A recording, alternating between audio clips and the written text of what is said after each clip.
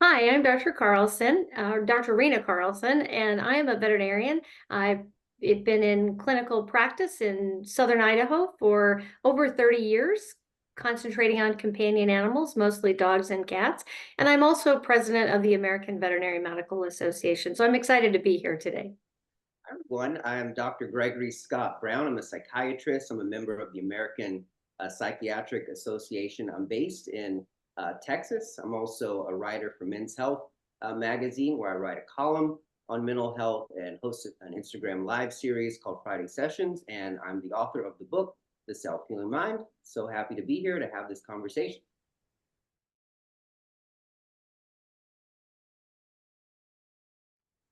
So having pets really, it comes down to that strong social connection. And people are by nature social creatures. So having something like a dog or a cat that actually has very much social characteristics as well, we really get that strong feeling of companionship, helps with loneliness, isolation. I go home and talk to my cat all the time. So even though I might be all alone in my house, I'm interacting with my cat, and I'm not sure he really cares, but it really helps with that companionship feeling, of loneliness. And you can also have a lot of social interaction with people because of pets. So it's always great to talk to somebody else about their pet. I always get that feeling of joy and happiness when I hear stories about how much people love their pets and the funny things that they do. You can be in public with your dog, and everybody always wants to know about your dog, what their name is, and it's fun to talk about those stories. So just that social interaction as well as physical activity. We're very motivated to go on walks and do things with our pets. So we have a strong desire to take care of their needs. And so we're much more motivated to be more physically active and keep a routine. You have that sense of purpose. You need to get up and take care of your pet. They have needs, and we have a strong desire to take care of those needs. So many ways that pets enhance our lives. And I agree with all of that. And I would just add, there's some studies actually showing that that particularly dogs can sense when their owners are sad or having a bad day. I mean, I think most pet owners, most dog owners can relate to that. When they're feeling a little bit blue, their dog comes over and kind of nudges them a little bit. And then, everything that was said about keeping us active, we know that physical activity can help reduce our risk for developing major depression, can help improve anxiety. Just being outside, being exposed to the sun can actually help convert vitamin D into its active form, which can improve mental health. And something as simple as taking your dog outside for a walk can get us up and going and moving, which can be beneficial as well. And then the only thing I'd add here about the connection piece is that there's robust evidence suggesting that when we actually pet our animal, whether it's a cat or a dog or an iguana, oxytocin is produced in both the brain of the pet and the pet owner. Oxytocin, again, is the bonding hormone that helps foster that sense of connection and well-being. So, tons of benefits for owning a pet, and I think anyone on the fence is thinking about doing it should go for it. Totally agree. Totally agree. There's so many benefits.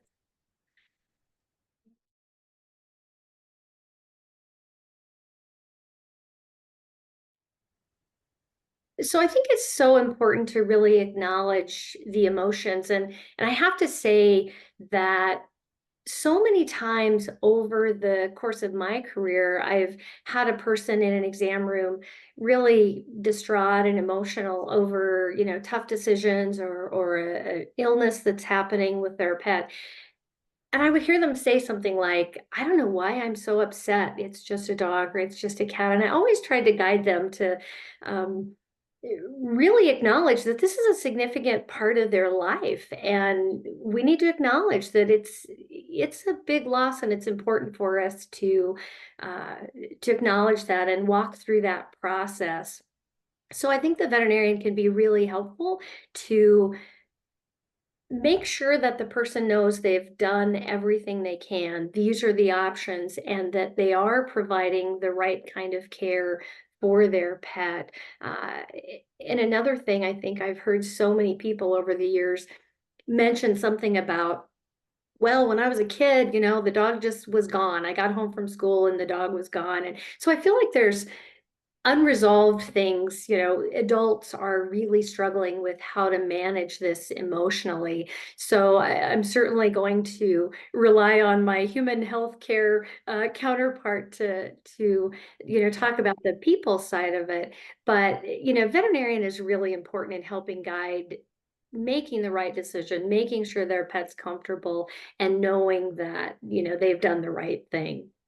So many people may have seen Jon Stewart, who obviously the host of the Daily Show, who lost his dog Dipper, emotionally discuss how moving that losing his pet was. And so I think it's important that we realize that the connection that we have with our pets, or if our pets were to get ill, it can be very similar to the connection that we form with human companions as well. So that's a process. The grieving process is not something that is to be minimized. As a psychiatrist, I see a lot of patients who are struggling with adjustment disorder or going through that grief process after the passing of a pet, or if their pet is ill, similar to the way they would if if a loved one, if a human loved one had passed away or is ill. So I think that we definitely need to give people as much support as we possibly can, and to encourage them and allow people to go through the normal stages of grief. And they really play a significant role in our lives. And so, again, making sure we acknowledge the importance of walking through that grief process. And we appreciate partnering, with human healthcare partners in this, and recognizing and helping people through those tough times.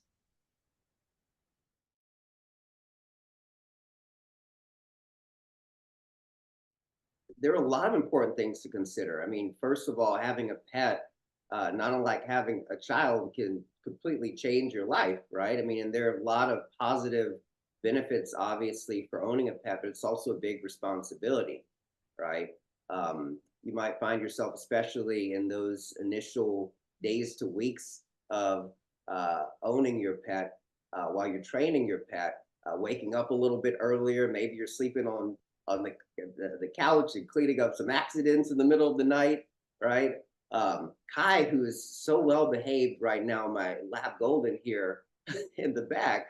My first week I owned her, I went out to the grocery store and I came back and the house was destroyed. Kai had just torn up the house, and so those are things to kind of expect, right? And to be patient when those things happen. But again, I don't want to suggest that owning a pet is terrible. It's an incredibly rewarding experience. It just comes with a lot of hard work. Well, I appreciate you acknowledging that, because you have to go in with your eyes open and understand there will be some ups and downs, and maybe a roller coaster ride, especially if you decide on a puppy. But probably from my perspective, the first thing is really to look at your lifestyle and really investigate the characteristics of any particular pet, whether it's a dog, certain breeds, and what they really are bred for and hardwired to do. For instance, if you, uh, I think a husky is one of the most beautiful creatures out there.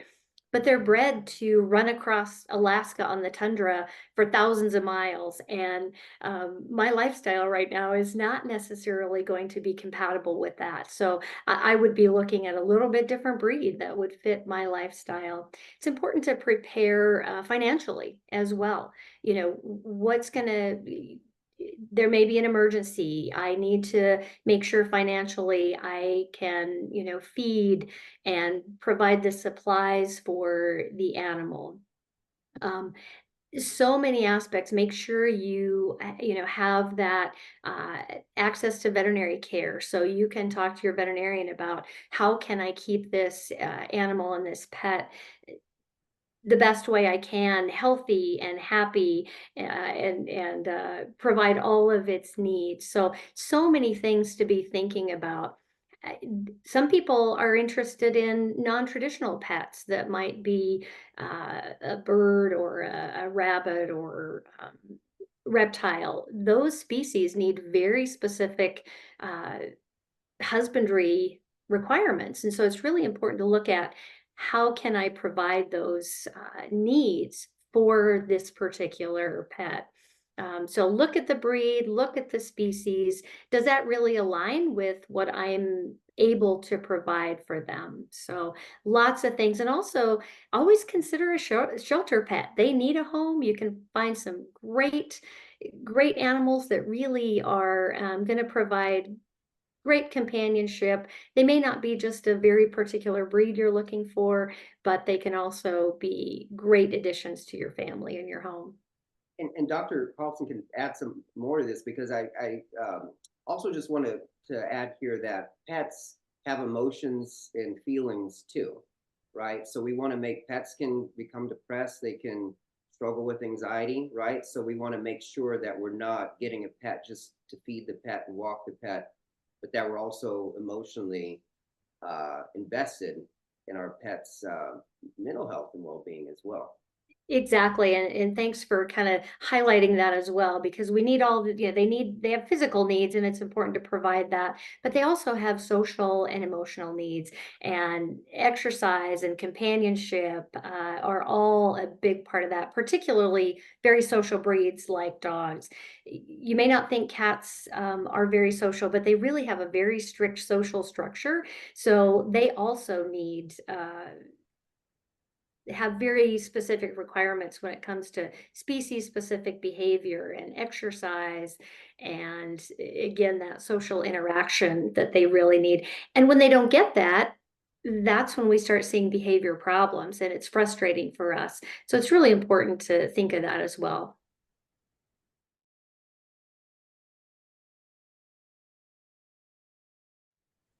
Well, I have to tell you, after a hard day, and I've had cases go south or bad traffic or conflicts with different staff members, whatever it is, one of the things I love the absolute most is to come home and have my cat on my lap and feel him purring, the contentment on his face, the kneading, the little patty paws on my leg.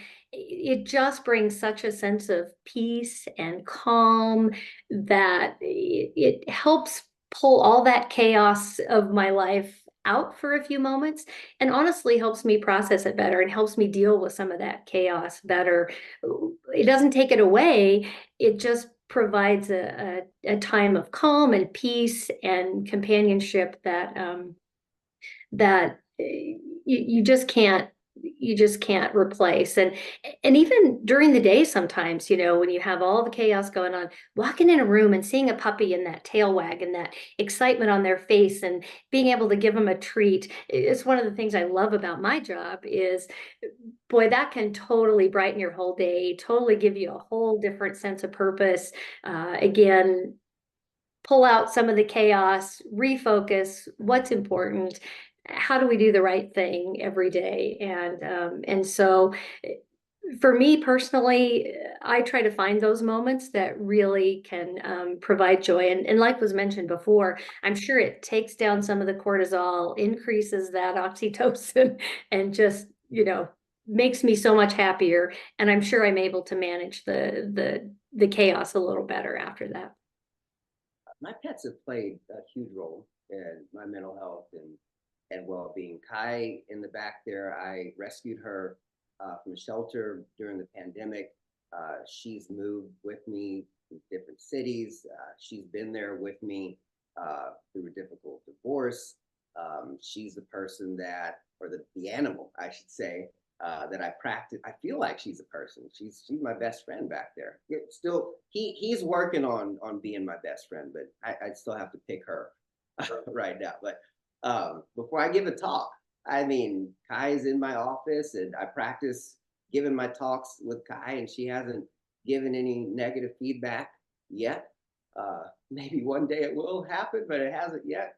And I mean, she's my running buddy almost every day after work. We go for runs, and so I think that just being able to connect that way, as we were talking about earlier, and having that steady companion, um, I think is huge. It can help dramatically with loneliness and keep you on a routine and just help you, I think, feel more hopeful about your life and the world around you. And I love the fact that there's that non-judgmental, like you said, there's no negative feedback. Doesn't matter what you bring or how frustrated you are. There's no judgment. They just want to wag their tail and love on you a little bit, and you give them a treat, and you're even more bonded than you were. So that non-judgmental relationship can be really helpful.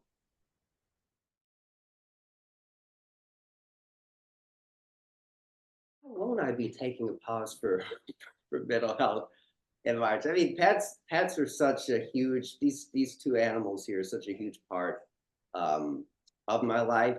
Something that I'm going to be intentional about this month is posting more obviously with the hashtag about it to encourage other people again who are on the fence about adopting pets or purchasing pets uh, to go ahead and do that. And again, just continuing to spread the word and talk about how beneficial pets can be for our mental health. And I'd love to see that flood of social media as well, because I think it's so infectious. You see a few of these positive posts and how important that human animal bond, or how an animal has really changed someone's life.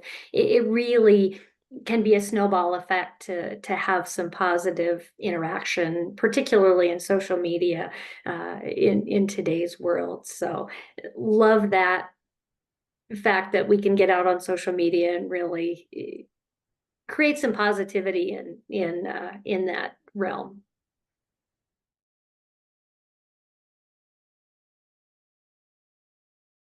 So this is such a great time to really raise awareness of how important our pets are in our lives for so many reasons. We've talked about a lot of those today: the benefit to people well-being, the animal well-being is so important. It can really enrich our lives. I would recommend you go to avma.org. There's a lot of resources for pet owners to make sure they're providing the best care they can, getting good veterinary advice, making sure we have all the preventative health care for our pets so that they can live a happy, healthy life, pain-free for as long as they possibly can. And that's our desire, to make sure that we enhance that human animal bond and provide a great life for our pets, because they give us so much in return. Well, I want to thank everyone for tuning in, and thank you to Dr. Carlson for all of your expertise. I mean, this has been a great discussion where we have talked about the benefits of pet ownership as it pertains to mental health and well-being, and helping us feel more connected, adding a routine, a schedule to our lives, um, allowing us to feel supported, and how that bond between a human and a pet, whether it's a dog or a cat, or even a fish can be profound, right? And it's something that anyone who's thinking about owning a pet should realize that it's a great responsibility, but it also is incredibly rewarding. So I would also encourage everyone to who owns a pet to take pictures with themselves and their pet this month. We have a hashtag going on with the American Psychiatric Association, pause for the number 4 mental health. And I'd encourage you to use that hashtag and share your photos. It's been such a pleasure talking with you today. Thanks so much for your input.